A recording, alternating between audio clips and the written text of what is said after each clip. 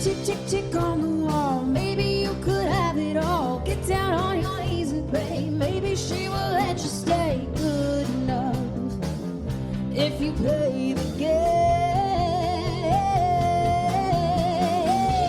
Here comes the music, don't resist. Gotta keep on moving. Here comes the music, just give in. Gotta keep on moving.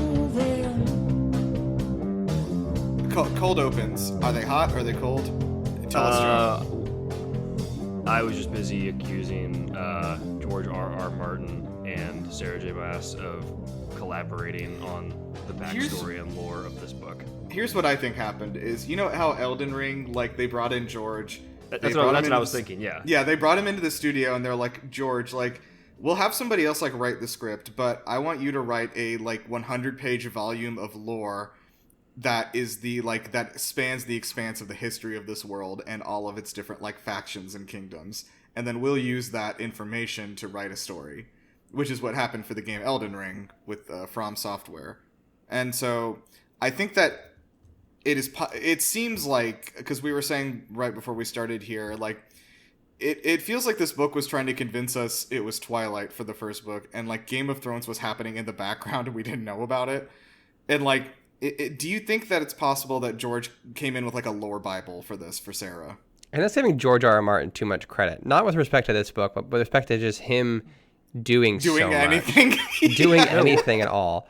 No, he does everything but write his own book series. That's true. He hates writing his own books, but he loves writing stuff for other people. In interviews, he's even said as much. He's written, like, 3 other TV shows in this, like, last few years, too. Like, he's also written other things for, like, he's written other comics and random other bullshit for his own world. Yeah. But also, anyway, like, what makes me feel like this is also just... also Sarah J. Maas also just plays From Software, like, Souls-like games, because... She's like, oh yeah, there's the cauldron, and, like, they cut off its legs and it's less powerful. I'm like, that's some fucking Souls-like bullshit. That's just some weird deep lore you find on a parchment in a random dungeon on a dead guy. Sarah, if you're a Dark Souls speedrunner, get at us. I would love to see your streams. Yeah, I want to see her any % Dark Souls. So are you saying that this A Court of Thorns and Roses book series is a Souls-like? Well, every time you die, you have to start over at the beginning of the book. No, I don't know. I think that we should look a little bit further. But okay, let me just say to my point though, like it feels like a lot of this lore was kind of created after the first book in retrospect. That's all I was saying.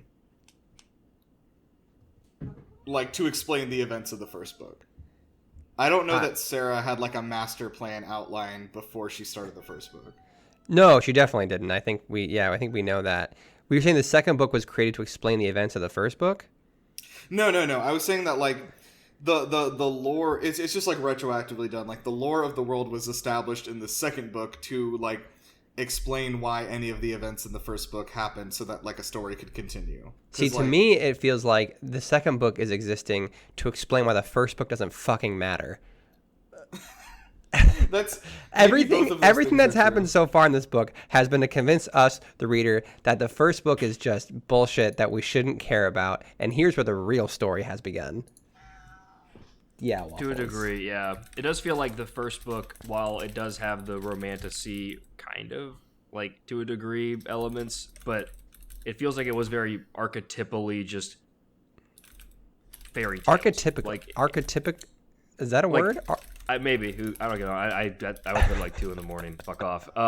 But it feels like, because I was seeing the new Tim Robinson friendship movie. See it. It's fucking great. Dude, I want to see that. It looks hilarious. It's okay. So weird. It's so good.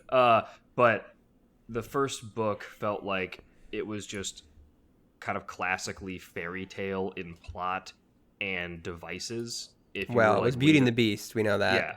Yeah. It kind of felt like reading a hodgepodge of, like, Grimm's fairy tales in kind of that sense. And then this one feels more, not stereotypically, but like thematically a romantasy novel.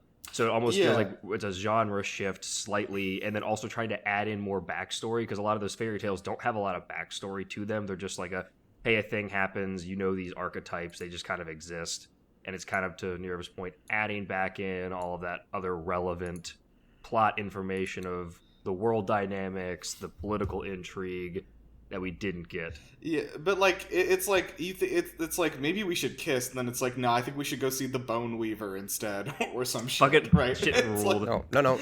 which is fun. Like I get it, but yeah, like, well, sorry, it's the Bone Carver, and then there's Bone the Carver, Weaver, yeah, is and a then the different Weaver. person. But it's fun because it's like these are some like crazy fucking Dark Souls bosses that they're having to go see. Yeah, because again, it's like Well, these so are the just bone- kind of. The Bone Carver is a Dark Souls like NPC Yes. you find somewhere that gives you just just kind of just vague lore. You're like, I don't know what the fuck this dude's saying. But the Weaver is absolutely a freaking Souls boss. Yeah. I'm really excited to see like, you know, some of the strats for cheesing her fight. Such as climbing up the chimney. I was gonna say, well, I think Farah cheesed that fight. 1000% she cheesed that fight. They forgot to put a barrier in front of the fireplace, and she clipped through the fireplace to escape the boss fight arena. That is exactly what happened. Okay, well, welcome everyone. This is a Court of Bros and Broses. I'm sure you figured out by now. And also a looking at Dark your Souls phone. podcast. This is a Souls-like podcast where we talk about your favorite Souls games. And yeah, my name's Nirav, and I'm joined by my co-hosts Patrick Hello. I've only played one Souls game. and Joe. I am Joe. I think I've also played maybe 1.5 Souls games. Well, It actually, was Dark fun Souls story. and maybe half of Dark Souls 2. So fun Until story I got because really frustrated and bored and stopped. So Lindsay, my girlfriend, yesterday, she was over here, and I had wanted her to like try out Elden Ring, just to show her what like video games we're talking about when people talked about like Dark Souls and stuff. And That's a wild thing to start someone out on. Well, I didn't expect her to actually get as far as she did. Like, she's very frustrated, but she did make it through the tutorial and beat the tutorial boss. Like, having played almost no video games before in her life. So, like, I actually was pretty impressed with how far she got, and was, like, expectedly like, this is not for me. But right. I did play Elden Ring. I played Elden Ring, and that's when I was like, oh, right. I'm an adult now, and this doesn't hit the same. I'm exhausted. This has just thoroughly made me tired. I'm never playing a Souls-like again. Man, Elden Ring is my first and only Souls-like game, and I fucking loved it. Yeah, that's my favorite one. I was like, this is great, them. But like, this is 45 hours of my life, and I'm done. This is it. This was a great ending to my Souls-like experience, and I'm never playing another one of these games again. See, that's the trick, is you didn't spend enough time in Elden Ring. 45 hours, dude, that's fucking that was like nothing. half the game, maybe. Anyway, like, I guess I was just getting to the point of like, I was trying to do like a hot and cold like compress thing, because like she went through Elden Ring for like an hour and beat the tutorial, got outside, got killed by the tree sentinel, and was like, I'm okay now. I don't think I want to do this. And then I was like, great. And then I loaded up Animal Crossing for her to start, and she loved it. And so, why are you doing this to her? I wanted her to like really like Animal Experience- Crossing, so I wanted to show her the opposite end of the spectrum so that she would really get into it, and it worked perfectly. I like the idea that she would not have liked Animal Crossing if you hadn't No, given she her would've the loved it worst anyway. possible game to play beforehand. I just thought it would be fun to like see somebody like go from that to that, and then like just I don't know. Anyway, it was. It sounds she would've fun loved for it you, anyway. at least. It was funny. Yeah, I liked it a lot. Yeah, you know that famously hated game, Animal Crossing.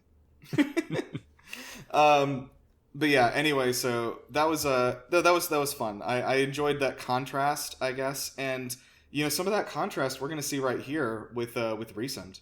Whoa, smooth transition. Wow. Yeah. Oh my gosh, a little bit of hot and cold with him on this one. It only took us 9 minutes, but we're here. We're talking about the chapter 1 or the first chapter of this chunk. Yeah. Let's okay, so My hot take guess- also. I'm gonna end this on this cold open on a hot take. Okay. If you're one of those people out there that likes sub-hour-long podcast episodes, why? If it's longer than an hour, you just stop at an hour and you come Yeah, you back don't have to to it listen later. to the whole thing at once. Yeah, you Why have the ability to why pause is it this. every episode Joe has to pick some group of people to drag? To fight with. every episode, Joe's like, who am I gonna pick a fight with now? Yeah, I mean, I remember where he picked a fight with like fans of The Rock. That was for They obvious deserve it. reasons. He picked a fight with all of Canada at some point. That's true. I was think, I'm just doing what the U.S. is doing. I'm just a patriot. Yeah, for our international listeners, who I can tell by the way are mostly in Australia, we are not coming for you, so don't worry. I love why Australia. did you say- I have no beef with Australia. Oh, okay. I thought Joe was about to start fucking roasting Australia. No, dopest accents Think you're tough, on the mate. planet. Think you're bar tough with your none, Australian kangaroos. accents. Yeah. And your barbies, and your dingo babies. Well, now Nirav has made the Australian listeners Those stop 4% listening. has gone. It's 100% gone. We do not condone the use of Nero's Australian accent. We apologize to the 3 listeners in Australia. What was the country that was like that I pointed out was like very strange because it's not like an English speaking country that we have like a bunch of listeners in? I can't remember anymore. I don't Wow. That is just not cool, man. It's strange. It's not that cool? Wow. It's Okay. strange that they don't speak English. Wow. Cancelled. Weren't you the one who just talked about invading Canada? Yeah, but it's fine because they speak English. It's not problematic. All right. We speaking almost started talking about the book. of- almost. Farah, you know her? Feyre, you know who would invade Canada? Feyre. Farah. Tamlin would invade Canada. Tamlin would 100%. absolutely invade Canada. He'd be like, he'd be so fucking pissed at them being progressive and doing things a different way than what he wants to do. Yeah. All right. So I believe are we starting this section on chapter 17? We are, yeah. You didn't. Okay. You didn't donate your. You didn't tithe your last maple syrup to me. I'm going to invade your country now. Okay. What else? Okay. Farah. She's real. She's real. She's a real person. I'm trying to center myself. Bone carver. Bone carver. This is the bone Bone carver. carver. We're here to the bone carver. Okay. Great. Chapter So 17. Yeah. Of a book. Farah. Yeah. Farah. Talks to she learns about the bone carver and that she's gonna have to go meet him because he will not talk to anybody except for her, I guess, about like the things they need to learn from him. Well, they hypothesize that he will find Farah interesting, whereas everyone else he hates. Yeah, he seems like he's not like super social. Well, he's in a prison, so You can be social in prison. You're around people all the time. this prison sounds a little different than regular prisons. That's true. Dude, this This prison one is different. rules. Like, What is this? What was dude, the name of this that's- prison again? The lore of this shit is like this is a different author. Like this like weird Dark Soulsian lore is just like crazy in these chapters. It is This really prison weird that, rules. like, Joe's a big fan of prisons. Loves prisons. Dude, you know what? The only thing I love more than prisons is industrial complexes. And when you put them together, yeah, the military, prisons, I want it all privately held. okay, so basically, Farah is talking about going to see the bone carver. She's a little bit like fucking afraid of that, but she decides that she's gonna do it because they kind of talk about how like the prison is also kind of like a giant rock that like everybody's underneath, so it's kind of like it's like a mini mountain to go under, I guess. Yeah. In a weird way, and so like. I know this isn't right, but I was literally just picturing like a big version of like the rock Patrick lives under in SpongeBob was like what the prison was. So not different Patrick for our listeners. In Yeah, case not they're you. confused. Patrick Not Star, me. the starfish. Patrick Star. Yeah. Yeah. That's why I said in SpongeBob. A Well, TV show that you're not in. Do you not know I'm in an episode of SpongeBob? Who did you play? I don't want to talk about it on this podcast. It's embarrassing. Okay.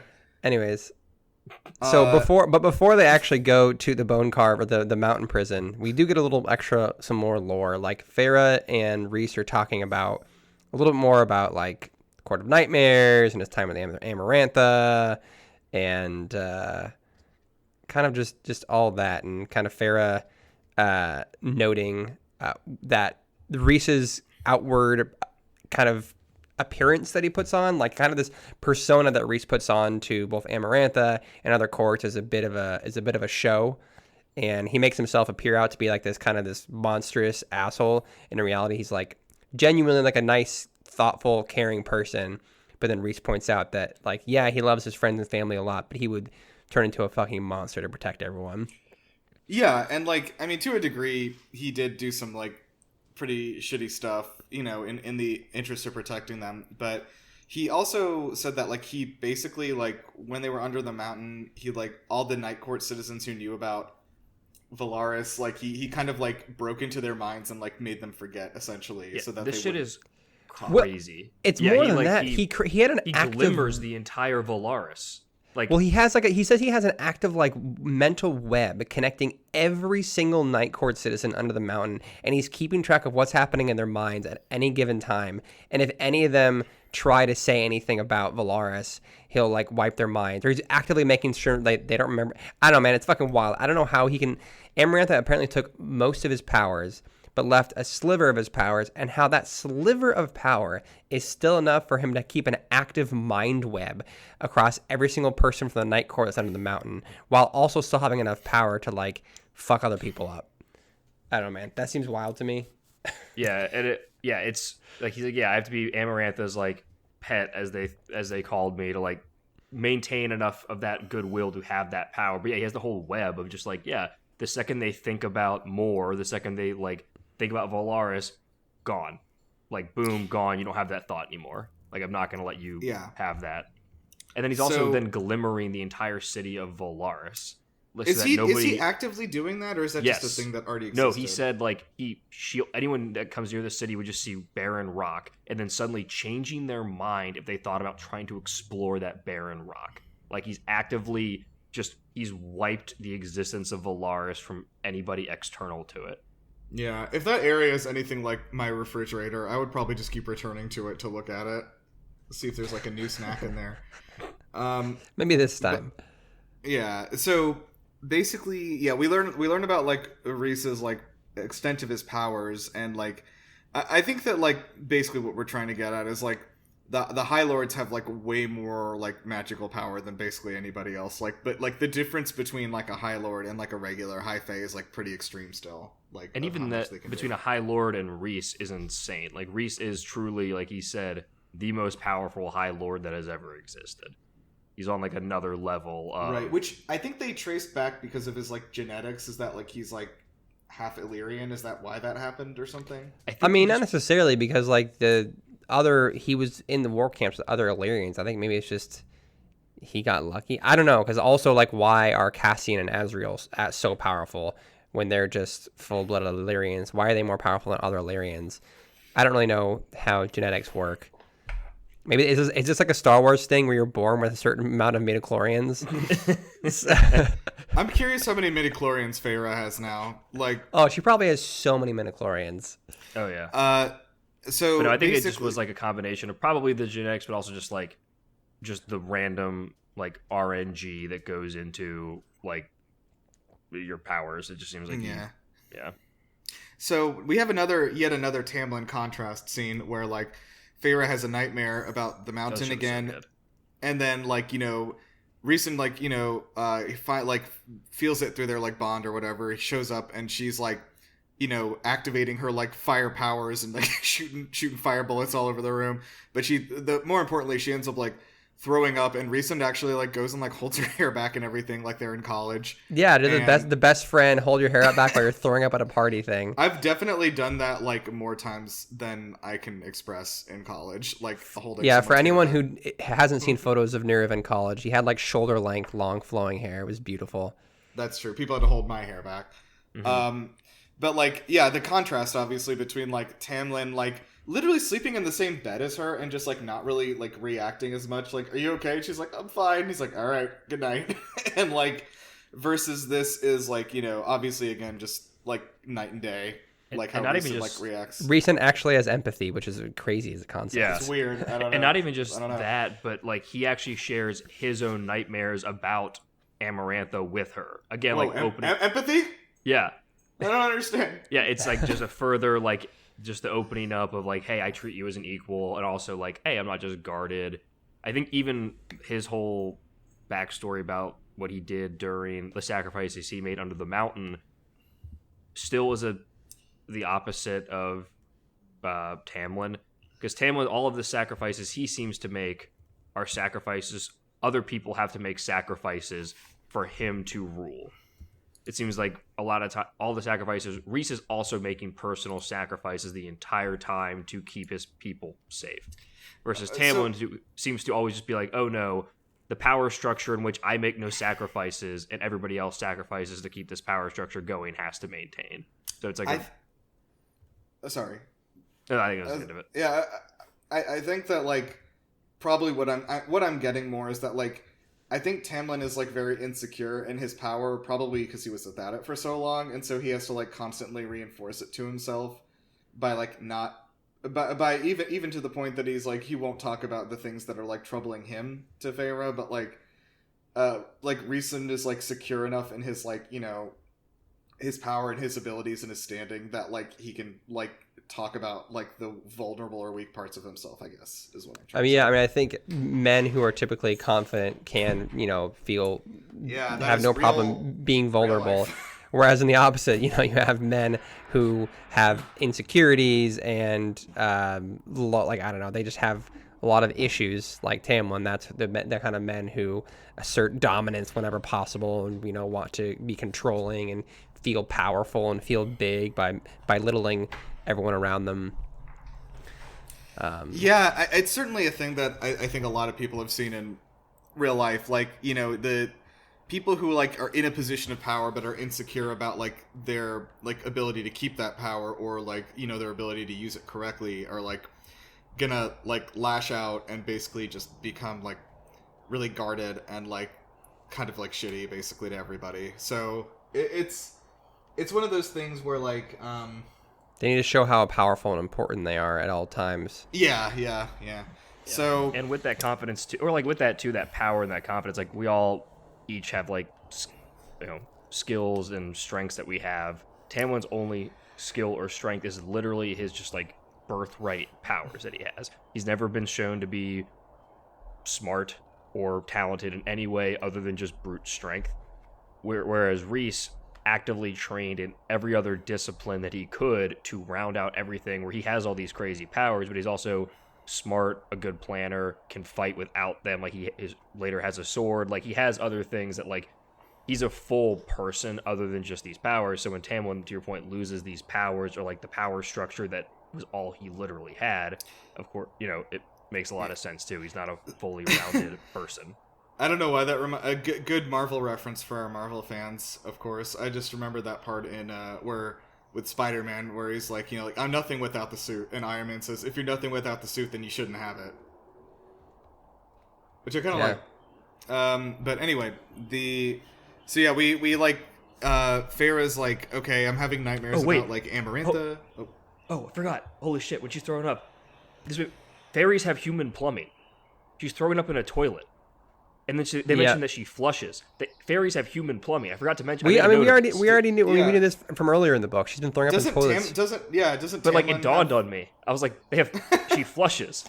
Like they don't just like do what J.K. Rowling said they do in the Wizarding don't say World. her name. God. Sorry, what that the turf transphobe does, where they just wave the wand and they just shit on the floor. Yeah, it's amazing. Anyway. That was maybe, you know what, you're right. They don't do that here, which is good. I do like the idea in general. Whenever like there are magic fantasy books, I think about this a lot actually. Whenever there are magic fantasy books, but in these magic fantasy books, they're clearly like human inventions that are just in the books, which means that the writer's like, I don't know, man, I don't want to try and invent something better than plumbing. Plumbing is sick. There's plumbing. Yeah, it was really so good that even fairies do it. Like, fuck it, you know. It's kind of hard to think of a better way to make that work than what it is. So. Well, I thought maybe they would do like chamber pots or something. I wasn't sure. If they would do like a Game of Thrones thing. I don't think that they have like electricity, to my knowledge. I don't know. No, they mentioned like, candles a lot. That's why I was like plumbing, and I was like, I know those existed at the same time, but like I thought plumbing. We had plumbing for a long time before we had electricity. I just thought that they would do chamber pots for some reason, given the aesthetic. That's what I was. So can we date when human plumbing was invented and when electricity was invented, and accurately pin when this book takes place? I'm not allowed to type on the computer, but I will use the phone, which is silent. But let's continue while we're doing that. I think plumbing was invented a long time ago. Somewhere on the continent of Asia. I know that. 4000 BC. Damn it. That was a while ago. Oh, man. That's so long. That does not help us narrow down an exact date for this book at all. Modern plumbing... Okay, indoor plumbing is different. Indoor plumbing was established on a wide scale in 1738. 1738. Okay, that's pretty good. So these books takes place in the late 1700s, maybe. Are you suggesting this takes place like in our world, but like somewhere else, like some new continent we haven't gone to? Well, I'm not suggesting we haven't gone to it. Lord of the Rings? Lord of the Rings does not have plumbing as far as we know. No, well, isn't Lord of the Rings technically Actually supposed to be like a prehistory time? Like, it's supposed to be technically our world, but prehistory? I didn't know. Is it? I think it is. That raises a lot of questions about some of the modern things they have in Lord of the Rings. I don't think that's true because they have like the ages of like, you know, like the middle age. Sorry, it's like the Bronze Age, the Industrial Era, Industrial Revolution. Revolution. Have like the first age, the second age, and the third age of like Middle Earth, and like I think Middle Earth was supposed to be like a place outside of time. I just assume fantasy worlds are a different world. It's a planet. Yeah, it's similar to Earth. It's a planet. Okay. Middle Earth isn't the planet. Middle Earth is the continent. Okay. The planet is called Lord of the Rings. Yes. Okay. Rhys is like, okay, let's yeah. Anyway, he says like, okay, we have to oh yeah, she tells her that the Autumn Court has fire powers, or Rhys tells her that, which is cool. So they're the Firebenders. Fire and Nation. the Fire Nation. So they go to the so you know, Feyre agrees. Like Rhys is like, "Are you fucking sure you want to do this?" And she's like, "Yeah, I want to see the Bone Carver." And so they go to the prison. He like winnows them there, and it's, I guess, the rock Patrick lives in, like I described. And Different Patrick. Not you, but yeah, the starfish. And the prison was made before the High Lords existed, which is interesting. I don't know what that dates it as, because that sounds like bajillions of years old. It's multiple thousands of years, because they mentioned later that Amryn was imprisoned here multiple millennia ago. So that means that it's thousands of... I don't know how many thousands, but... Enough where central plumbing probably did not exist yet. You know what? They probably don't have toilets in this prison. They probably don't. They probably didn't take the time. They didn't want to spend the time and the resources to go back and renovate this prison with central plumbing after it was invented. Yeah, and then, so they arrive there, and Rhys says, "You'll never find a more wretched hive of scum and villainy." And Feyre's like, "Oh shit, like there's some bad dudes in there." But of course she has like some sort of, I guess it's like a PTSD kind of like flash of the mountain, looking at it, and she's like, I can't do this right now. Like, I have to go home. And Rhys is just like, all right, you know, we'll try again later. No worries. And Rhys listens. Crazy. It's so weird because she's like, so I can't do this right now. And he's like, great, no worries. We'll talk about it later. No stress. Come back. Although, Dude, to be Rhys fair, is like so emotionally mature. He's like, okay, cool, yeah, I'm weird. just not gonna that's rough for you. I'm not gonna. And also the question you. stakes of this is so much higher because whenever Tamlin and Feyre talk, and Feyre tells Tamlin anything, Tamlin doesn't listen to her. And the stakes of this are like, okay, well, if we don't get an answer from the Bone Carver, the world's going to end. No, and that's what I was about to say. Like, this one is on a timer, and Rhys is still like way more understanding. Oh yeah, and also in this, when they're talking about the prison, Rhys mentions that Amryn used to be. Oh, you guys already mentioned that. But in the next chapter, after they go back, Amryn then comes to visit Feyre basically immediately afterwards. I'm not sure if Amryn like heard of Feyre's like kind of PTSD breakdown or why she comes to visit, like what triggers this visit. Basically, but she gives Feyre like an amulet and said that like if you wear this amulet down there, they'll never be able to keep you. And like it's like I guess it's the amulet that like Amryn had to help her escape or something like that. It's not entirely clear. I was actually like, and I think maybe they refuted this in it, but like I was originally under the impression that like it was like kind of a placebo effect. Like she was just like, this is the amulet I had when I escaped. Like, and, it's like more like a memento, like more like good, almost like good luck, or something. I think. But I think it does actually have magical powers, which they talked about later. Like, I feel like Rhys. I think she mentions Rhys giving this amulet to Amryn. I think I could have sworn there was a line about that. Are you sure? Because I thought the. But that's the problem with listening to this on like audio. Is I can't like easily go back and flip through to find stuff. Yeah. Well, okay. So I do know the necklace though is like, or whatever, the amulet is like. Rhys is like, oh, it's crazy that she gave that to you because that's like the most important thing to her in the entire world. So like, but Amryn does also say, yeah.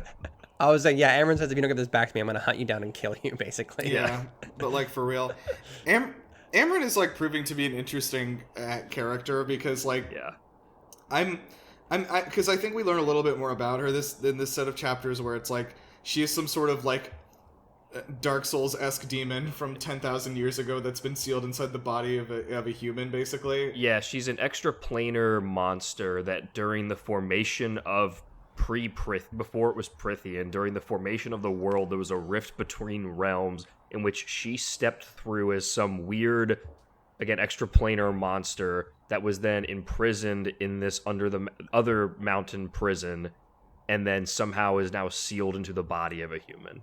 Yeah. Was like, all of this in these chapters? Yeah. Yeah. What the fuck? I don't know how I missed it's that. Like it's I think it's like literally a single paragraph where Reese is like, yeah, this is what happened. But it's like a fucking Naruto having the demon fox sealed inside of him. That's what I thought of. The nine-tailed fox. In the coolest dad move of all time, like fighting the demon by sealing it inside of your baby son. Yep. This whole part here is awesome because it's like, you know, she gives the amulet, they go back to the prison, and Reese is like, oh yeah, I have a sword. It's like, yeah, I do sword fighting. You know, whatever, it's cool. But they start having a broader conversation about, you know, his crew of people, and Azriel, as she mentions, Azriel's hands being just fucked up and scarred, and that, you know, Reese kind of gives him just this backstory on the rest of his crew, that basically Azriel was just was a bastard, as we already knew, and that for like the 11 years of his life, he was just kept in a cell, no windows. Oh, holy no shit! light. Yes, okay. It was just. I was torture. taking a walk during this part, and I had to like sit down and listen to this because I was like, Yeah. "What the fuck, dude?" Yeah, he was just tortured for 11 years by his brothers, by his dad, and then at one point, when he was 8, his brothers just because he had quick healing as an Illyrian, decided to just see like if they could just light his hands on fire and if he could just survive that, and they just it didn't really work. His hands just kind of got like fucked up forever. Yeah, like they reform, but they're like all scarred, like Deadpool, basically. Yeah. And then this is my favorite part of this like backstory. And then also they mentioned the brothers got punished, whatever that means. But so she's they got transferred to a different precinct. Let's be honest. Yeah. Like, so this is what they like, got a slap on the wrist. Yeah, this part's my favorite part of like his whole plan here. Is, you know, Moore is like, okay, you know, the person he'll call in when the armies fail and Cassian and Az are dead. Basically, she's like the court overseer and is basically kind of functionally the queen within his realm. But the fact that he'll call her when they're dead is like, what kind of fucking power does Moore have? I want to know more about what she does. It sounds like she's like doesn't want to like. It sounds more like she's not like doing sick karate kicks more out of like laziness than like inability to do so. Yeah, 100%. But even that, again, we're like, cool. What? Yeah, my first I was like, cool. What does she do? But they quickly gloss over that to be like, okay, well, what happens if she falls? It's like, well, Amryn, who's my political advisor and doing a lot of my dirty work, if all else fails, it's like, I will figure out a way to break her curse and basically use her to nuke the world after I tell her to kill me first, because it's so gruesome what she will do if she ever escapes her physical bonds on this earth. And you're like, okay, cool. And he just stops after that. So that 1,000% is going to happen in like either this book or next book. Yeah. That's going to happen, right? But like, I don't know. I think that seems more like a late series thing to happen. Like that would be like the next to last book would be the ending of that book would be like that happens. Well, I think the next book technically is the end of this trilogy. Books 4 and 5 are like a different story. Well, it's still the same universe, but like it's a different like, character.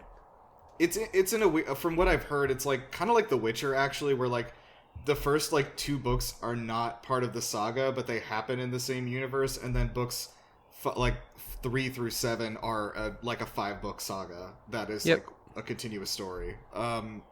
So I think that's kind of what it is. Like there might be another book for this series, and there might not be. I thought it was just that the first 3 books are like a Ferris trilogy, and then the next 2 books pick up with another character. That's what I understand.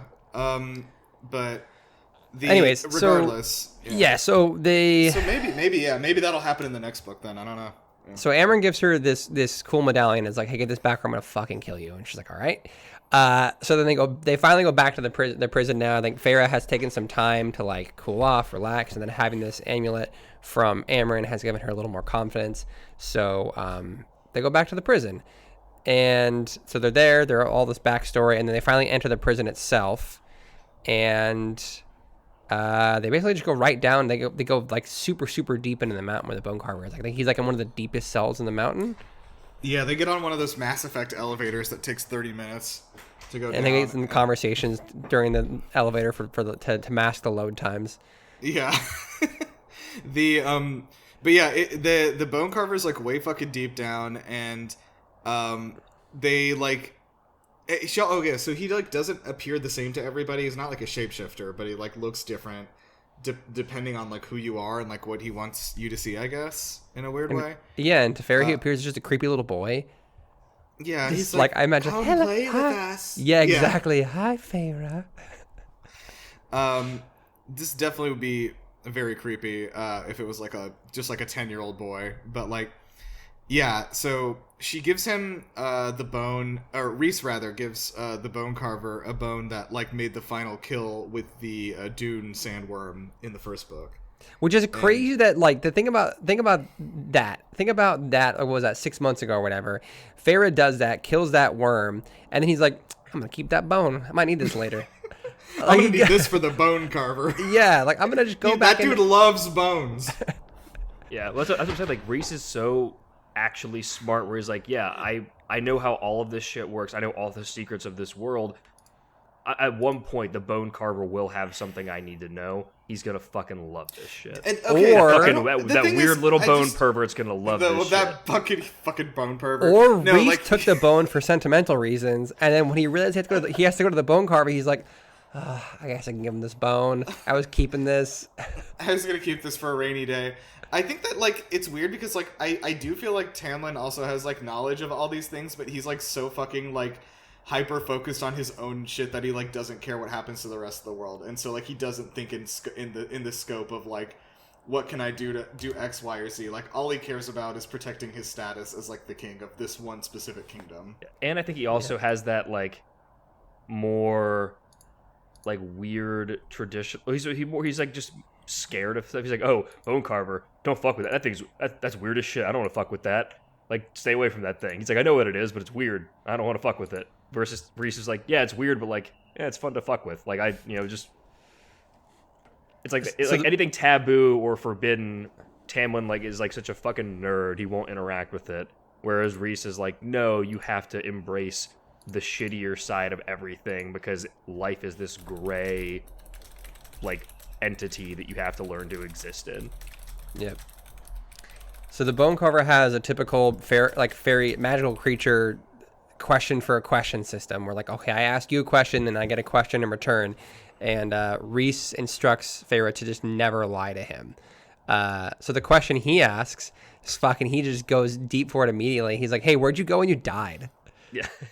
Yeah, that was whack, dude. Like, well, this is the bone carver, so I don't think he's like very aware of like societal etiquette, I guess, because he lives in a fucking prison. I don't think he cares. Below the earth, but well, it's like, yeah, he was like very curious about like what happens to people after they die. Like, did you see like the next place or whatever? And I think she says like nothing. Like, I just like was like blackness or whatever. Well, she first describes like how she died and what her experience of dying was, and she said she heard the crack of her spine before she actually died.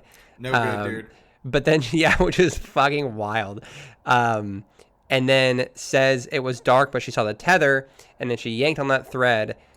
Well, I think she actually mentions that she went into Reese's eyes, and she saw through his eyes for a bit, and knew she was dead, but a scrap of her spirit was left thanks to the bargain. So they didn't really explain that before. We didn't really know like how she was still alive in Reese and then jumped back to her body.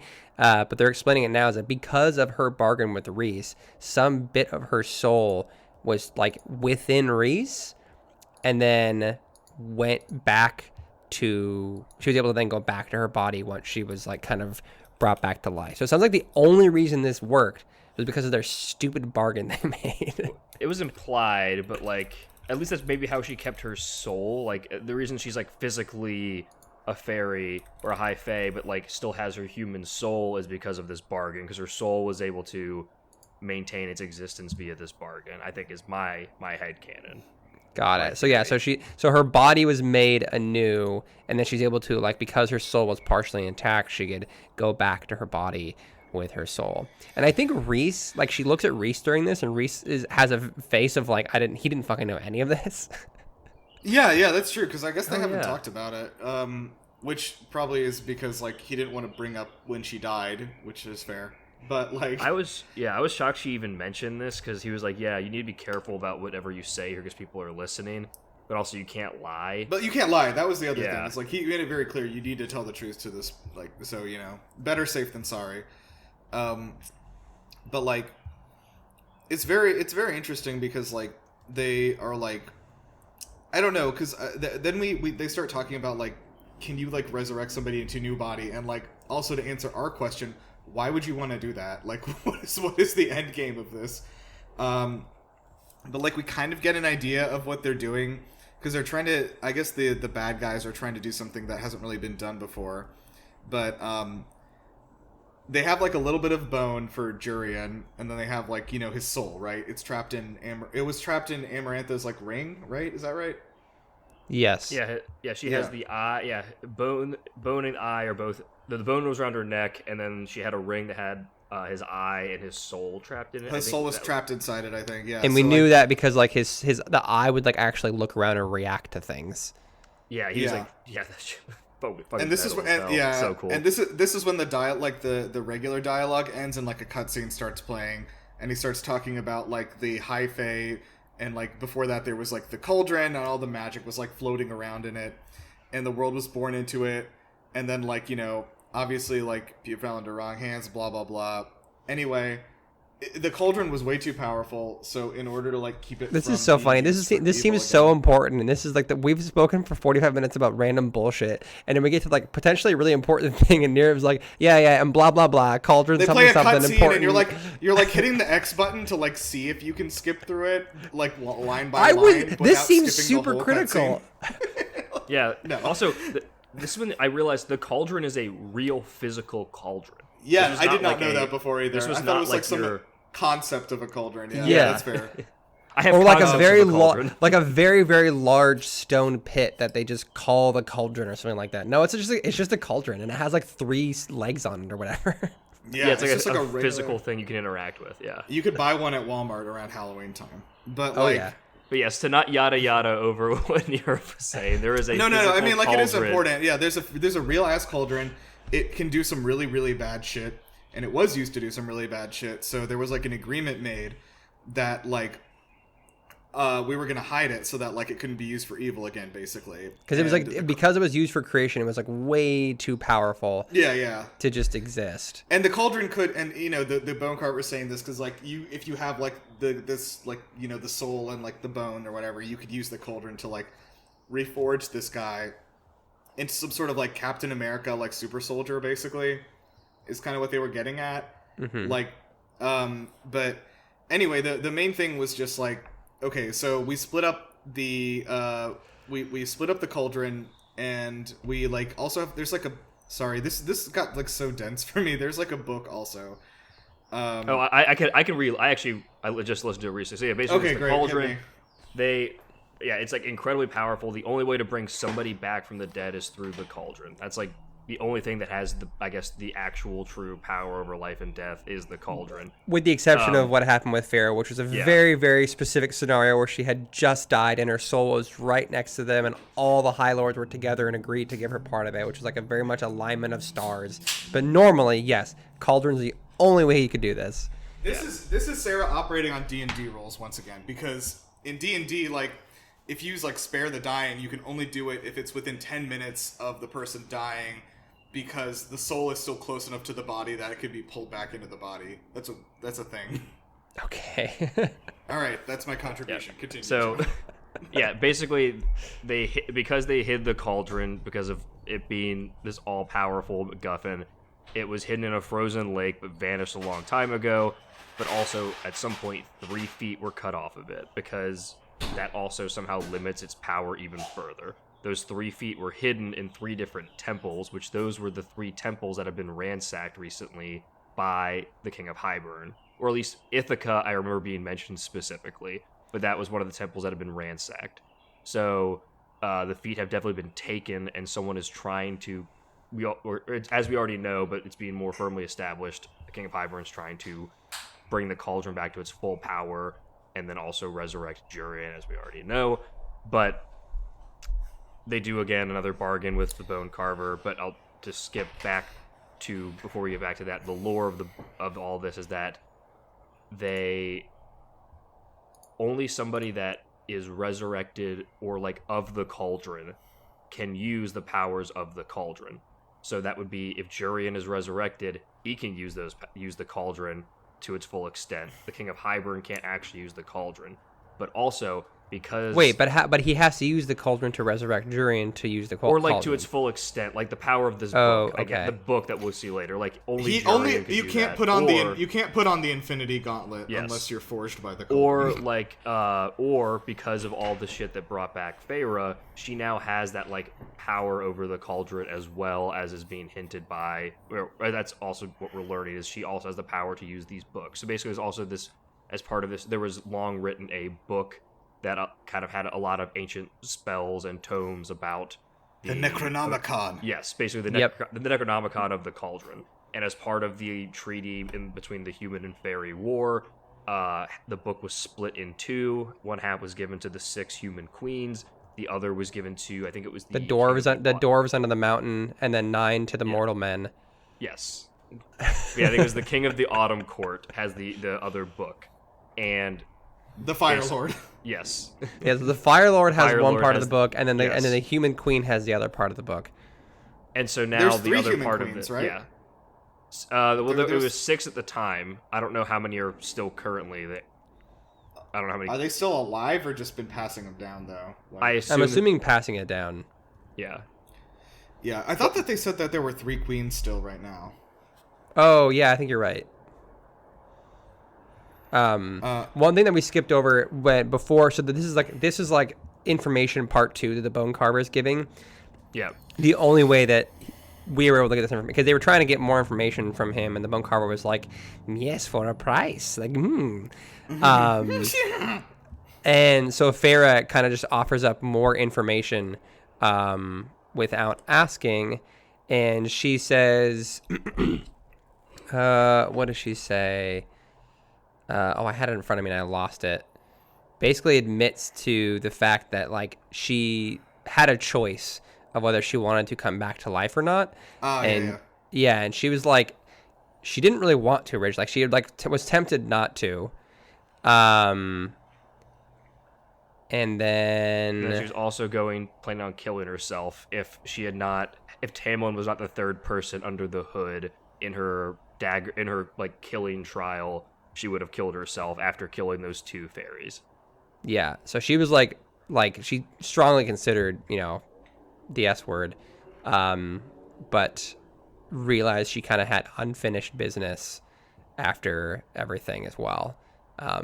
So that's what made her come back and decide to allow herself to be resurrected. Yeah, and that's when he goes into the monologue about it was called the Book of Breathings, and that's when, and ultimately it has the power to either negate the cauldron or control it. So that's where we have this final MacGuffin of... Yeah, we have 2 MacGuffins now. They have to unite the 2 halves first, and then also Feyre now has the power to use it to negate the cauldron's power. Right, so my understanding is, like, if they get the book, like, and Feyre has it, like, she could stop anyone from using the cauldron to do evil shit. Is that right? Yeah. Okay. So I guess the term is so only someone that is made, quote unquote made, can speak the spells and summon its power. So I guess Jurian would be made because he's made of the cauldron, and I guess whatever happened to Feyre is considered her being made. My guess, okay, this is my question still, though. Like, why Jurian? Why this guy who was fighting for the other team, and why not, like, a fairy? Yeah, I still don't get, like, it's like, if the argument is, it needs to be someone that you have, like, the soul or something like that, then just kill someone and then resurrect them. I don't understand why it's him still. They're both humans, though, technically, or have human souls. So I don't know if that's possibly part of it. Maybe if that's part of it, then sure, maybe that makes sense. But yeah, like, I was thinking the same thing as Patrick, like, which I think happens in Game of Thrones to the Mountain. That they could have just done that. Well, the Mountain wasn't superpowered intentionally killed. zombie. Mountain was just Yeah. like he was But poisoned. they took advantage of it to resurrect him into a superpowered zombie. Yeah. Yeah, why not But- just have like a crazy cultist of the cauldron? Like, Yeah. why not have like, as we find out later, like Ianthe would do this. Why not have Ianthe kill herself and then be like made in the of the cauldron, and then then she can do all this. Granted, she would then use it for her own purposes, but you get my point. Like, why not have some crazy Yeah. loyalist Maybe- do this? The easiest explanation for me is just that like it only works with human souls. Maybe that'll be talked about later. But Yeah, I think we'll probably find out. So anyway, the High Lord of Summer has one piece of that book. So they do like, what is the summer powers? I think it Is was just wind. like, That's the fire. oh, No, that's the autumn animation. is fire. Oh, autumn is is the fire. Yeah, I lord. was is wrong. fire. It's not You're the right. fire lord. Sorry. Yeah. I think it's Summer I think it was is wind? I think summer was Summer is wind. Okay. Yeah, winter is water. I think No, winter's ice. that's water. No, couldn't. Ice be. is made of water. I'm not gonna Says fight you who? on this. Says who? Uh, You're not one of Okay. those people, are you? yeah. You believe in the moon, right?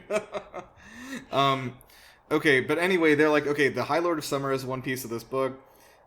It's all like guarded and shit, so you need to like actually go willingly like get it, basically. But they also need to track it down, and this is when they drop. This is when Reese is basically like, "Hey, because you have a piece of all the High Lords in you, I think we can use a tracker to track."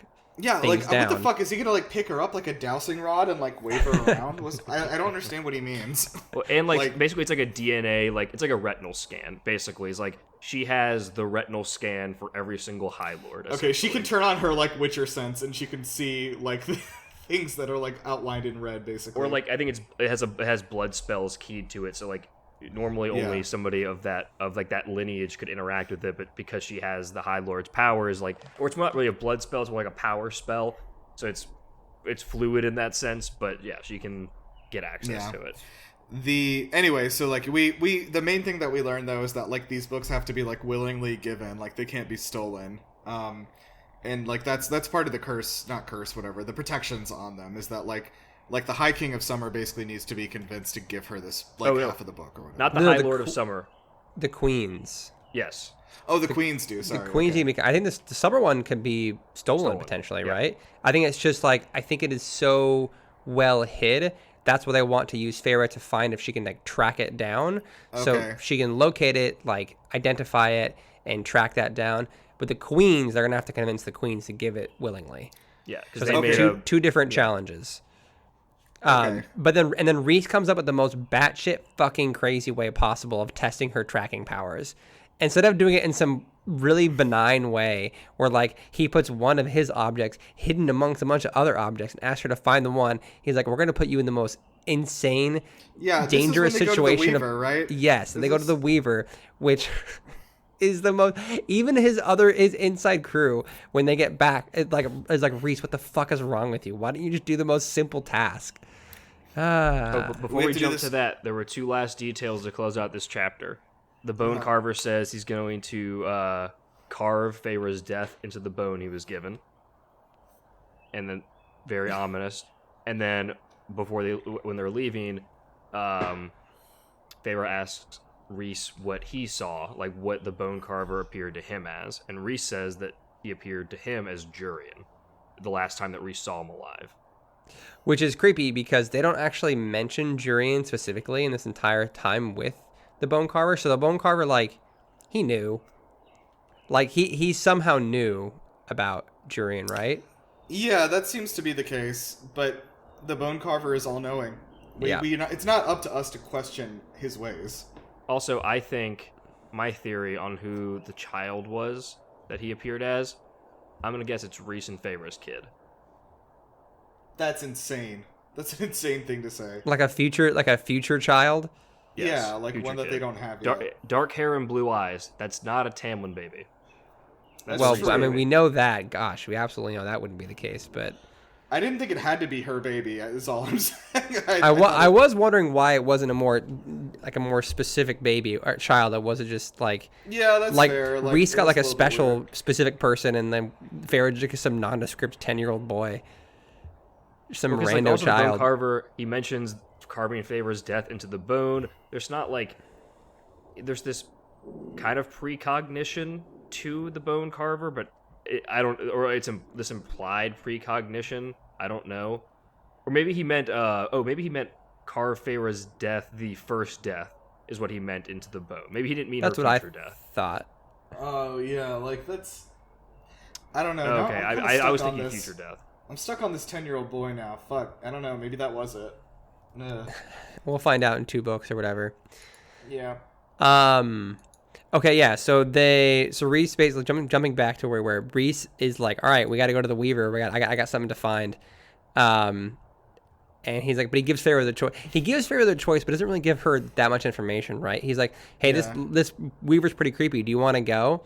And she's like, yeah, sure. And then like, she definitely did not know what she's signing up for. Yeah, like I don't feel like he accurately like described what was gonna go on this fucking like ethereal supernatural fucking battle to the death where like this like she's like speaking these bloodborne riddles while she's like This to me, like these chapters, and especially this, starts to feel like a Rick and Morty bit. I'm like, Farrah, wake up! We gotta see the Weaver, Farrah. you gotta see the Weaver, Farrah. And then she's like, Weaver, I barely know her. That's what I would have said. Oh, okay, Reese, we'll go see the Weaver. Yeah, in and out, 20-minute adventure, promise. Oh man, Morty, we gotta go. why are we doing a Rick and Morty bit now? Oh man, gone too far. I'm aware my Rick voice is terrible. I cannot do it. So That's, Yeah, not, well- that's not the criticism I have. what is the criticism then? Speak Rick and openly. Morty. What? Look, Is this some Justin Roiland revisionist history that the show wasn't funny?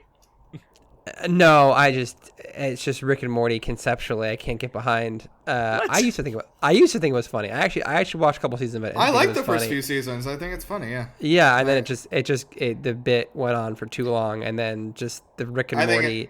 I think it was just online people made it bad. Like online fans of it made me. Not Yeah, like like Rick and Morty as a thing just became too much. it. Morty, we gotta go. Ugh. Okay, let's keep talking. So oh yeah, and then like talking about so after Farrah agrees to being the to go to the Weaver, Reese is like, hey, do you want to be the emissary, like a human emissary for the Night Court? They haven't had one in 500 years. we need to. I wish we had people to do fan art for us. I need like a Reese and Farrah like cover like drawn in like the Rick and Morty art style of them like jumping out of a portal. They don't even That'd have be very like good. they don't even have like the body and mannerisms of Rick and Morty even a little bit. No, but I just think it's funny that they're like, all right, let's go on this like this adventure real quickly, and then it turns out to be like a fucking heightened reality nightmare. But yeah, like okay, so Reese is like, yeah, I want to go see the Weaver, and Farrah's like, yeah, I'm okay, I can do this, and he also says that he wants her to be like their official like liaison, like ambassador to the human world, which hasn't happened in like fucking 500 years. But I guess like because they haven't needed one, but yeah. Yeah, that's true. Like, so obviously she's, pretty primed for the job, being that she like was human and maybe is still like half human in some way, like some sort of weird hybrid. But like she decides like, yeah, I'll do that, but like also remember, Feyre, that like we talked about earlier, a lot of the Fae are gonna want to like hunt you down and fucking kill you because they know like how much like power you have now. So they talk about setting up a base in neutral territory, and they decide on the manor house that her family has, which I thought was kind of insane. It's insane. What? I don't understand why she's like, how is that neutral territory? I don't really like. I also like the idea of like, I don't want my family in danger, but what about using their house as a home base? They can just build a house. Reese has money. They could build a house. They don't even need to use magic. They can just like show up and be like, hey, I'm Feyre, look at me. I look just like Feyre. My family's rich. Hey, like I built another house. Like, yeah. And then so Feyre, of course, this is the idea, is that Feyre is going to be the ambassador for the Night Court to the Human Queens and be like, hey, this is what's going on. I need you to give me the book willingly, right? So like we can stop this from happening. And you know, that's also apparently why Rhys was like so intent on making her learn to read. Which I guess makes sense, but also like I think they should have taught her to read anyway. So whatever. I mean, he said that. He's like, I wanted you to learn how to read anyways, but also... Yeah. This is like, part of the driving force. Yeah. And he was up front that, like, he's like, look, if you had joined me, I would have been up front. Like, I would have told you, like, 100%, this is why I'm doing everything that I am doing. But also, I couldn't trust you yet to tell you all of this grand plan shit. So, and then Rhys sends... Yeah, sorry, go on. I was like, they also explain here that, like, with the, you know, we kind of already talked about the, you know, the Summer Court, she has the ability to, because of her kind of like imprinted powers from all the High Lords, to track down various objects related to them, which is now feeling like Horcrux shit. But Azriel did say, hey, I'm like this, I can't remember, Shadow Singer, is that what it's called? Yeah, that sounds right. He's like, yeah, I have like all these contacts, I'm your, you know, I can go ask people that my contacts in the Summer Court to figure out where this is. And Rhys does say, no, we cannot, this is of the utmost importance. There cannot be a soul that knows about this. We have to do it this way. So they do recognize that plot point of there is no other way we can ask about this. We have, or at least recognize that Rhys says this is the only way we're doing this. So they at least kind of, which is, I appreciate that they do that. That like, no. You, dear reader, don't have any fancy ideas. This has to be the only way to do it.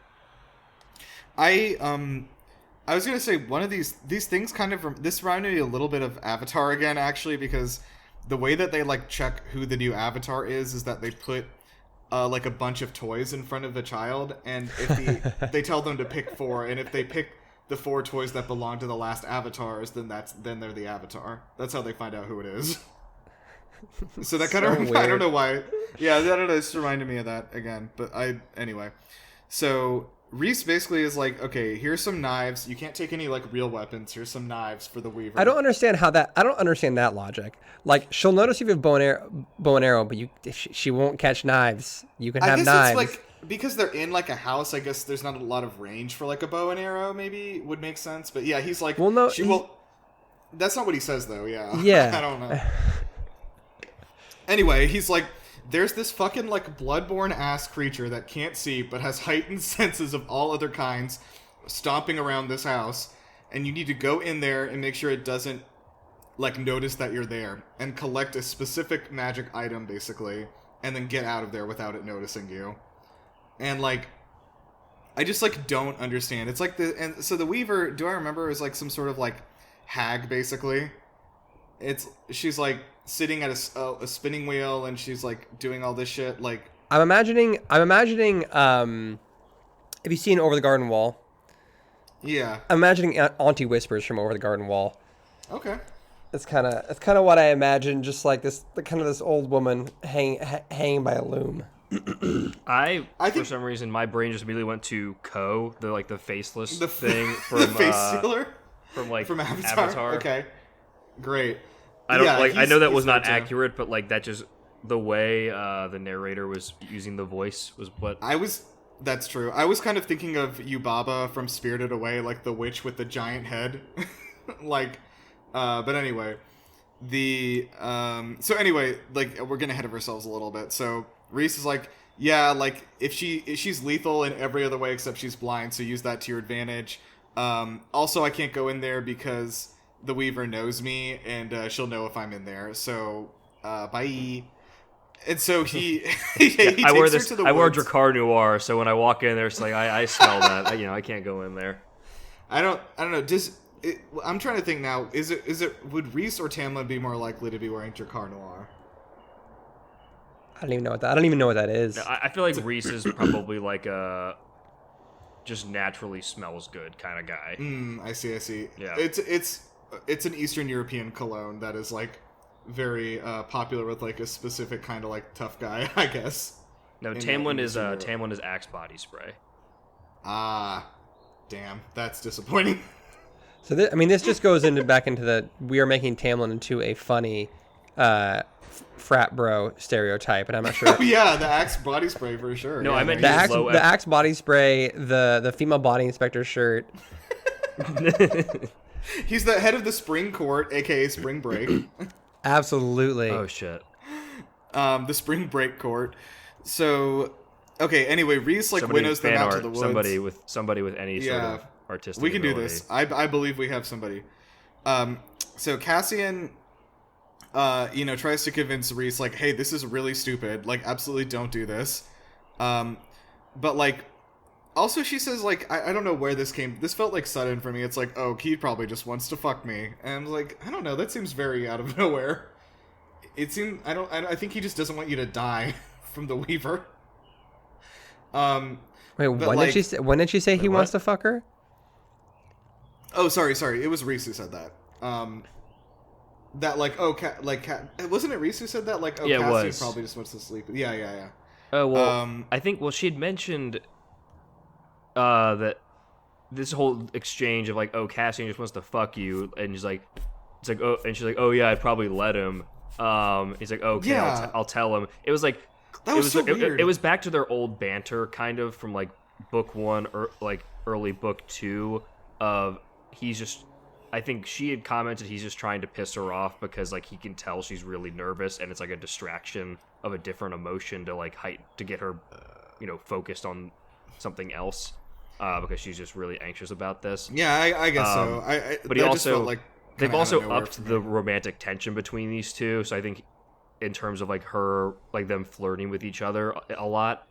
So I think it's also going back to that that kind of dynamic again. And then that kind of like high school age flirting, like, oh, Yeah. like you like my friend so much, probably, huh? Like, oh yeah, no, I totally like your friend. Yeah. I did just also, Rachel did send us a really funny video of somebody making fun of romantasy tropes, and this fit so perfectly into that that it was very difficult to get through that part without laughing. So yeah, anyway, she's like, that whole exchange happens, and of course, like, they get to the Weaver's cottage, and like you can hear her like singing inside some cryptic song, and she sees it's like filled with a bunch of items, and the Weaver's like spinning wool, and is like spinning like some like a creature. I was like unsure what this was happening really here. It's like she's spinning like a creature into like wool or something. Well, there's like bones and stuff in the room too, or something. So she I think somehow Pharaoh concludes that because she has like yarns and threads all over her wall, and somehow she's looking at the like what she's spinning on the loom.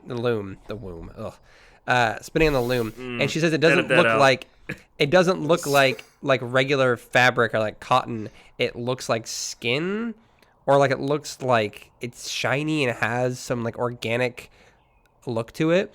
And then somehow Pharaoh concludes that all the thread she has on the wall is just like the skin of different creatures. Yeah, and we do find out later when she, when she makes her escape, that this hut is not thatched with like regular material. It's thatched with like human hair on the top of it. Yeah. What the fuck, dude?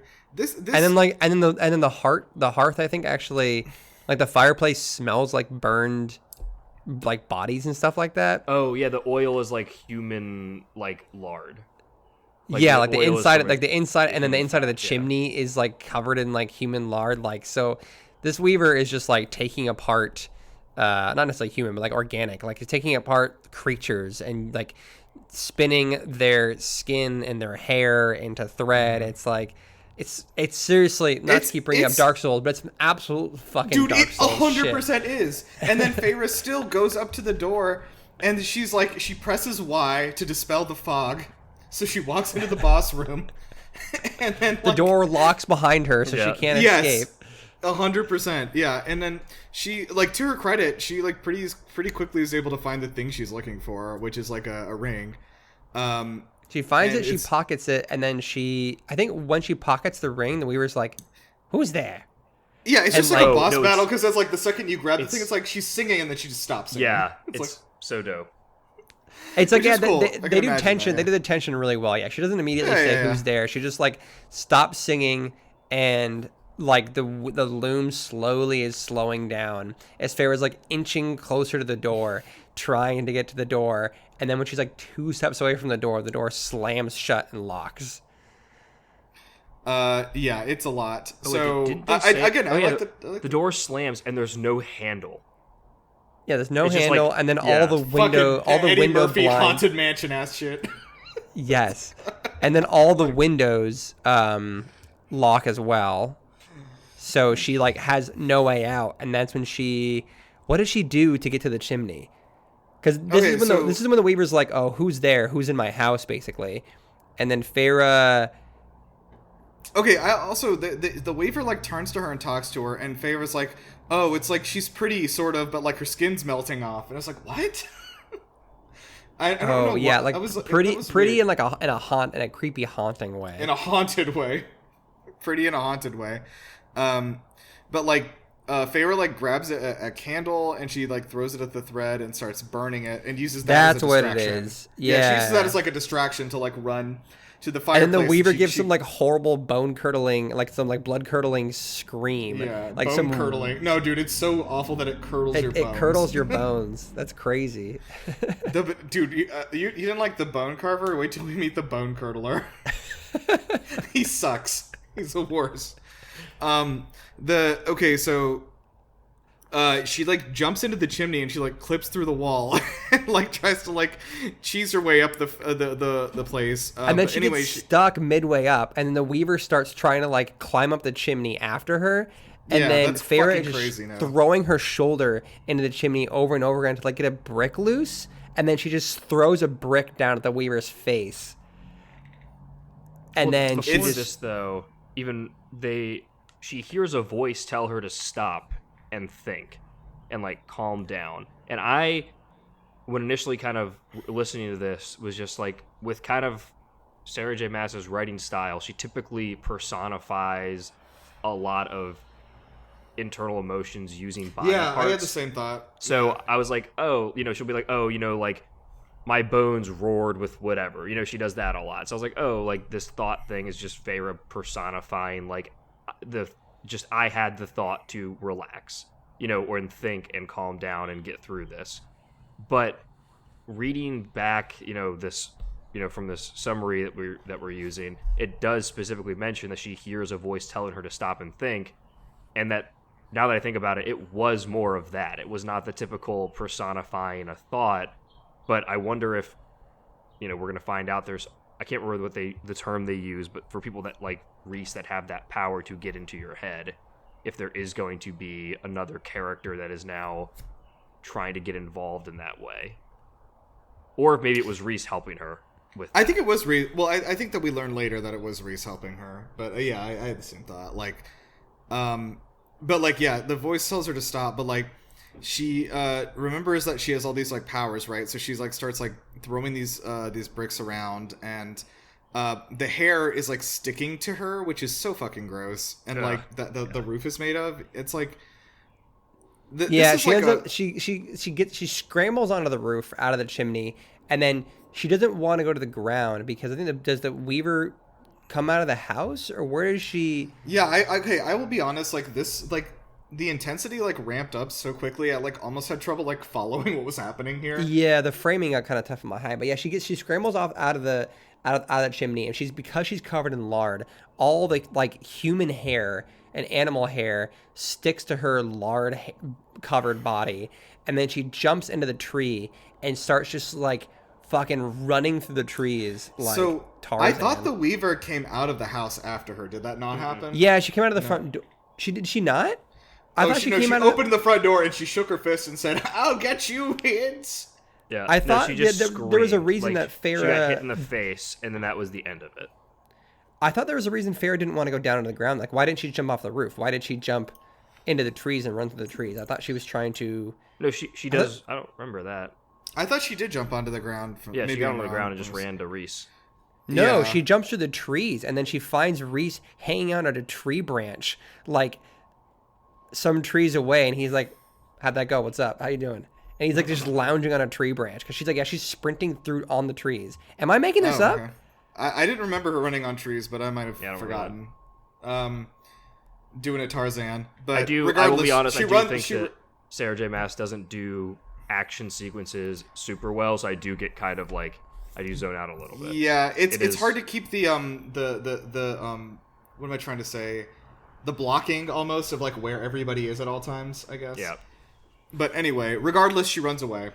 And she finds Reese, who is sitting there, like, I think he's, like, sitting in a beach chair and sipping a Mai Tai. And No, that's what I mean. He's lounging. He's like in a tree, literally. He's lounging he on is. on a branch on the tops of the trees, and he's like, "Yo, what's up? You cool? How'd yeah, that go? what's up? Yeah, and what then I- she's like, what did I fuck, we gotta miss? go. And he's like, all right, chill, bro. And he, like, winnows them out. And then, Puts out his joint. yeah, he puts out his joint in his drink and tosses it off to the side. So anyway, they winnow back and everything, and then Feyre's like, hey, you fuck, I could have died in there so easily. What the fuck? And Reese is like, nah, bro, that was good because you used your powers like you were supposed to, you know? Like, you did all the... You got out, you know? You were in a tough situation. And she's like, yeah, bro, like, maybe you could have, like, told me what was gonna happen or something, at least. Like... No heads up at all. No heads up. But like the thing Reese was doing was like, I wanted to test if you would like panic when confronted with like mortal danger, because we need you to not panic. And I mean, I get that, but also like he should have just fucking like told her what was gonna happen so she could be ready and then go in there. Yeah, it's a little crazy. But like, I think he did. Technically, he kind of told her exactly what would happen. Of like, hey, here's what her skill set is. Here's her powers. No I guess way. that He she's definitely more did not powerful tell than her. Amarantha. Good luck. you sure she didn't like? I don't know, because it feels like this thing like turned into like and like, you know, was like destroying everything coming after her or whatever. You know, it's like. I don't know. I feel like Oh, maybe another good. Actually, what would be instead of Auntie Whispers, the other mother from Coraline. Oh my god, that's actually a really good comparison. Yeah. Especially because she's doing a lot of weaving. Yeah. Yeah, good one. Okay, so the anyway, so they're like, Feyre's like, okay, well, fuck you. Anyway, here's the ring I got, and so Feyre does make the initiative to like talk to Cassian and be like, I want you to teach me to like fight like hand-to-hand combat, which is good. So like she can get a little bit of experience. And Cassian agrees.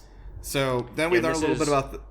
Oh, and then with this too, she's like, I'm never going to run away again. And Moore was like, no, running away, you're only alive because you ran away. Running away is a valid, like, legitimate strategy for combat. Like, don't forget that. But you can kind of see here that throughout all this, she has realized that,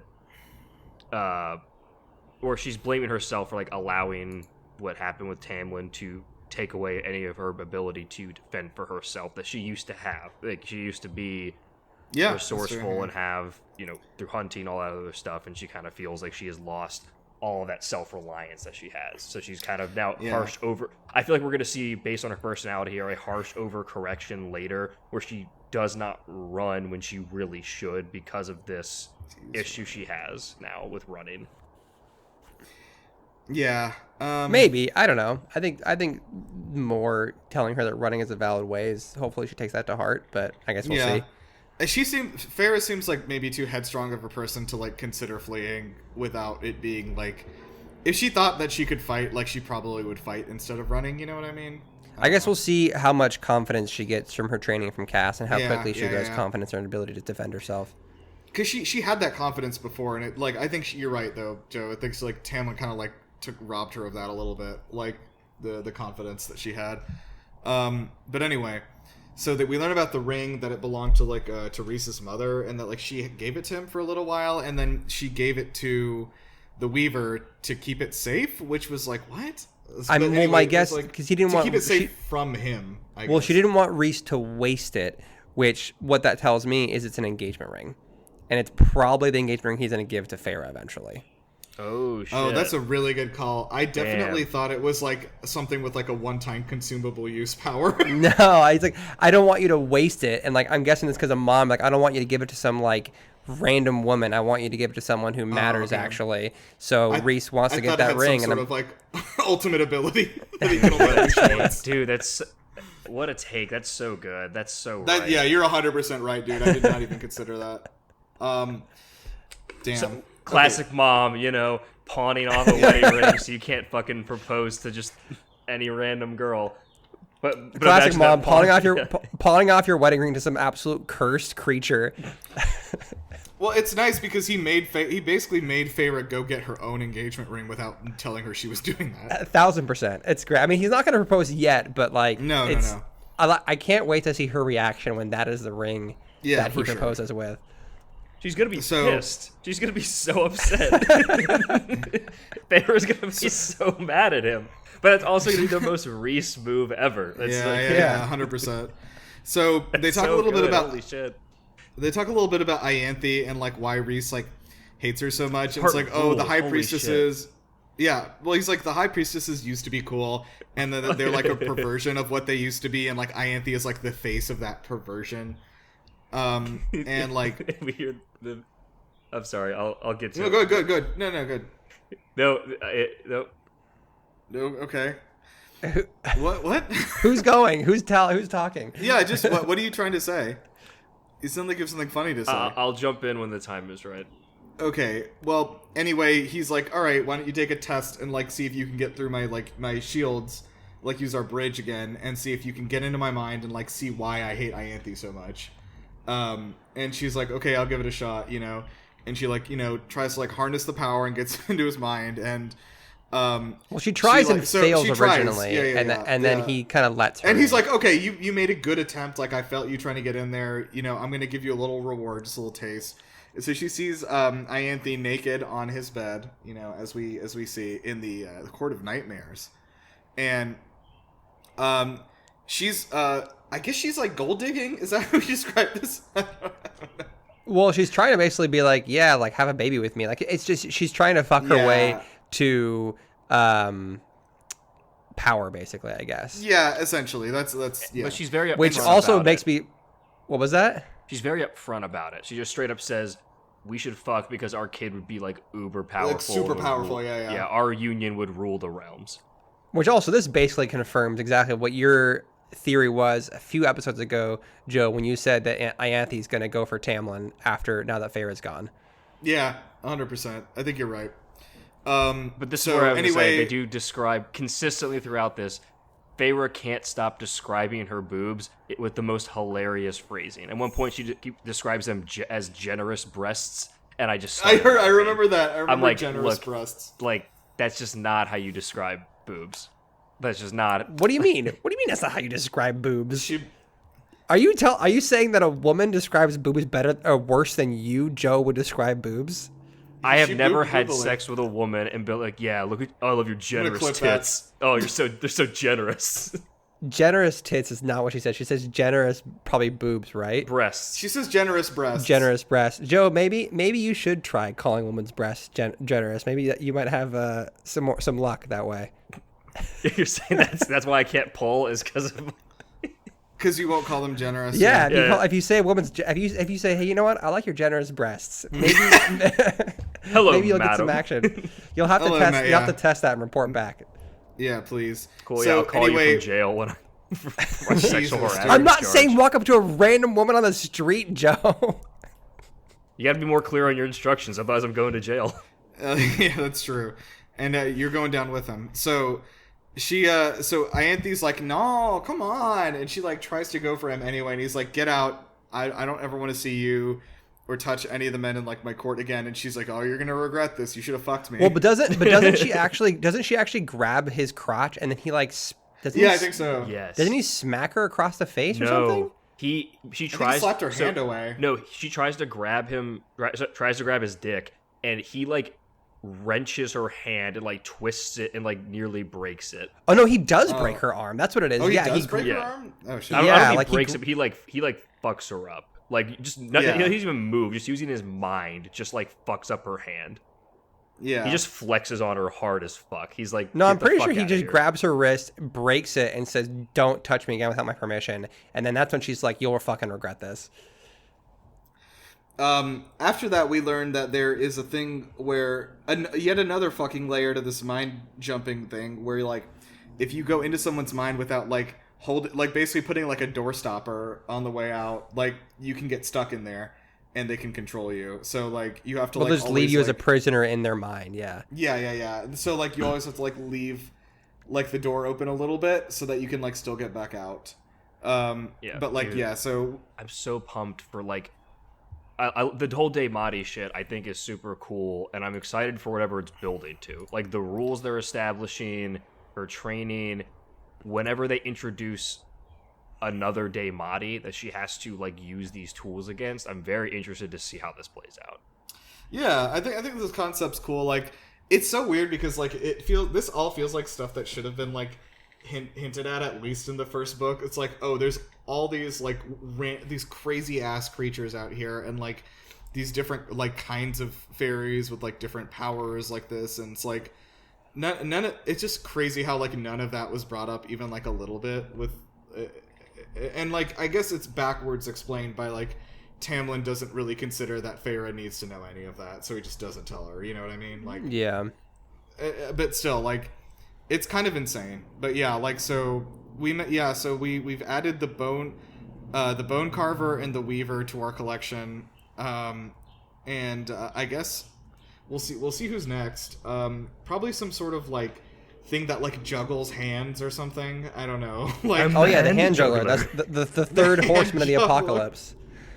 So we have the four horsemen of the apocalypse are there's the bone carver, the weaver. Is the bone curdler one of those as well? The bone curdler was one, and the then bone like curdler and the hand juggler. The hand, dude. I mean, if you were playing fucking like a Bloodborne and you got to like a new boss and this creature like ripped hands off a bunch of corpses and started juggling them and throwing them at you, and it was called the hand juggler, you wouldn't fucking blink. No, dude, what the hand juggler is like actually just what you would walk into a room and just you'd see a bunch of hands like laid out on the ground like from corpses, like, and they would just start to for? like rise into a writhing mass that turns into a human shape. Oh, dude, the hand hands. king, hand king. I hate this. It reminds me of the fucking hand enemies in Elden Ring are the worst my things God, in the world. I'm I hate the hand spiders. Oh, I'm for sure doing a Call of It's Cthulhu really module rough. where I make the Yeah. hand king a thing. I have to. It's make like this the rule. rat king, yeah, for sure. Okay, well, Curse of the Hand King coming soon. So yeah, that's where we leave off. Let's do some predictions. I think that I think that when they go to the summer court, they're gonna have to. I think that they're gonna have to actually do some like fighting. I don't think they're just gonna find the book and get away. Because like, I mean, I don't think I wonder about fighting because it seems like this world is pretty clear in the rules where if you like attack another kingdom, you're gonna start war between the different high lords. That's what I'm saying. It's like I don't see the stealth mission to go in and get the book and get out going like as a stealth mission. It's gonna be like playing Dishonored and getting caught like halfway through sneaking through somewhere and just start killing everybody. Like I just it just there's no conflict, right? If you just do a stealth mission and nobody finds you. And you Well, very true. Very true. I think with the stealth mission, the amulet might be able to get her out of a jam. She That's also true. has tried to winnow, she unsuccessfully. Like at some point in this book, she's going to winnow. But Yeah. I think my big prediction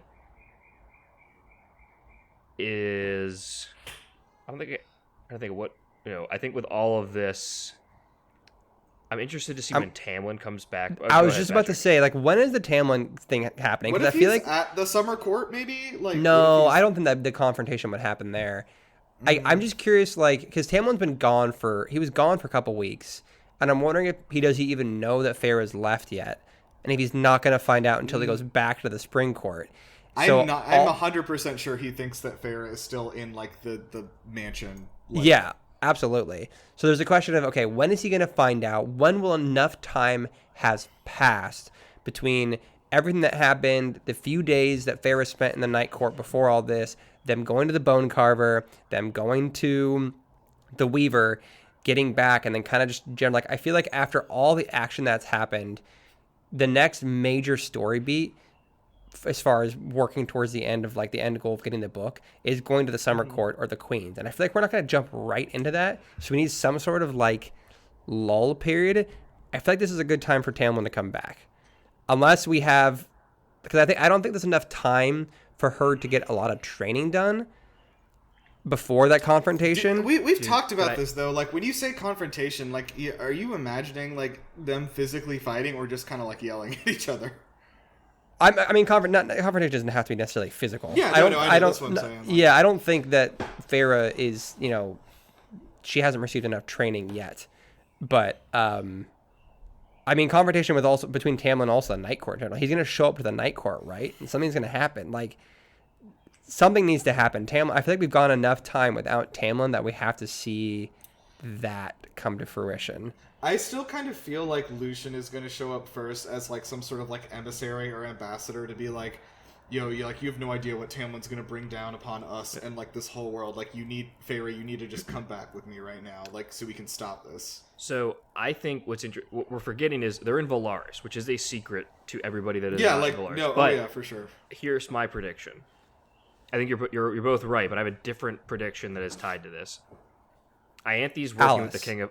Ianthe is working with the King of Hybern, 100%. Traitor. And that is why she did not want Feyre to get any training, is because obviously Feyre represents the greatest chance at stopping the King of Hybern. So I think that at some point, now that we've, obviously with Valaris being established as this top secret priority, she will help lead or break the secret of Valaris to help bring it down, either through the Spring Court or directly through the King of Hybern, bringing the war to Valaris. But she doesn't even Ianthe know will most Valaris, likely be responsible for it. But Ianthe doesn't know Valaris exists. But she will have found out. I don't know how, but she will have found out, because especially with this confrontation. Does the King of Hybern know about it? I think because of Ianthe, he will. I think that's my point. Is I think that because of this confrontation with Rhys, where she's like, "You'll regret this," and like this was clearly he's the most powerful High Lord. This was like a couple hundred years ago. No, it was 100 years ago. So I guess why would that happen now? Like, what is the only thing that has changed as far as the security of Valaris is concerned is that Feyre knows about Valaris now, and she's not going to be the leak. So how would Ianthe find out about Valaris now? All of a sudden? I think she will have found out at some point in those 100 years, but also everybody was taken under the mountain by Amarantha. She had at some point, 50 years ago. So her opportunity to do a big, like, revolution or a big war against Valaris in the Night Court wouldn't have happened because Amarantha got in the way. So you're saying right now, like at this point, like Ianthe already knows about Valaris, she just hasn't done anything yet because she's working with the King of Hybern to do a big thing. Yes, she's working with the larger King of Hybern plot and is using the Spring Court because Tamlin's such a fucking patsy idiot. I think Ianthe's playing both. Sorry, go ahead. I think Ianthe's doing the thing where she's playing both, like the classic Game of Thrones things where she's playing both sides. Where like, so no matter who wins, she'll be there on the winning. Top. yeah. Fucking Littlefinger. Yeah, like yes, or like 100%. Mac from Always Sunny. I'm playing both sides, so I can push them out on top. Yeah. It's because of the implication. No, but I think that you're right though that she's working with the King of Hybern. I don't think I'm sold on that she knows about Valaris, but I think that she is. I totally buy that she's doing that, and she's trying to play Tamlin because she knows he's so like fucking like one track minded that he's just not going to notice he's getting played, basically. Yeah, well, I think she knows that Tamlin already has had this grudge with Rhys for so long. And that because the Night Court is the most powerful court because of, also, no, she knows about the rest of, like, I think she mentioned, like, trying to sleep with Cassian or Azriel. Or Rhys tells her, don't fuck with anybody else in my court.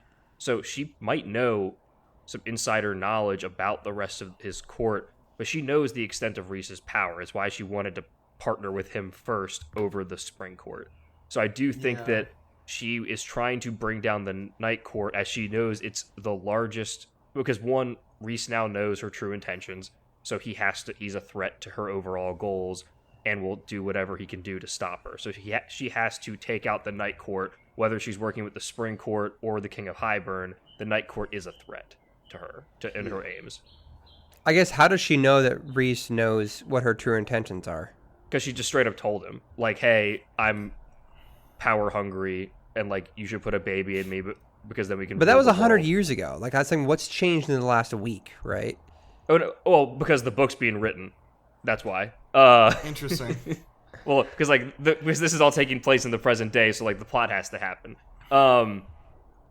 Yeah, I'm trying to nothing think has what makes it changed. viable that. Or Tamlin also, because now Feyre's left, she seems like an opportunist. She's not gonna do anything stupid or reckless. But if the King of Hybern is doing all of this, Feyre just left the Spring Court, so Tamlin is like pissed off, more emotionally a wreck, easier to manipulate than he was before. He can be convinced to do a full scale attack on the Night Court, or to start a larger problem with the Night Court, get other courts to agree to work with him against the Night Court, which has this larger reputation of being this like horrible place that just rules with an iron fist and tortures people because no one knows the truth. Yeah.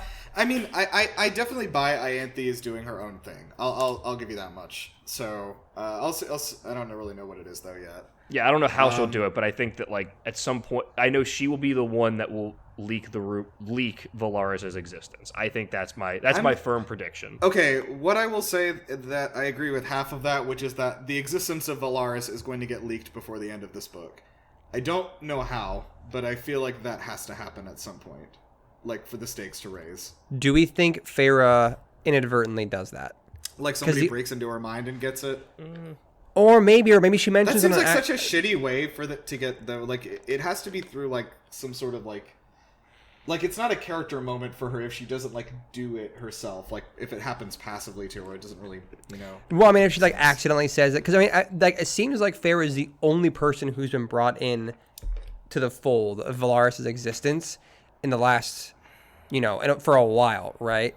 So, what would make sense?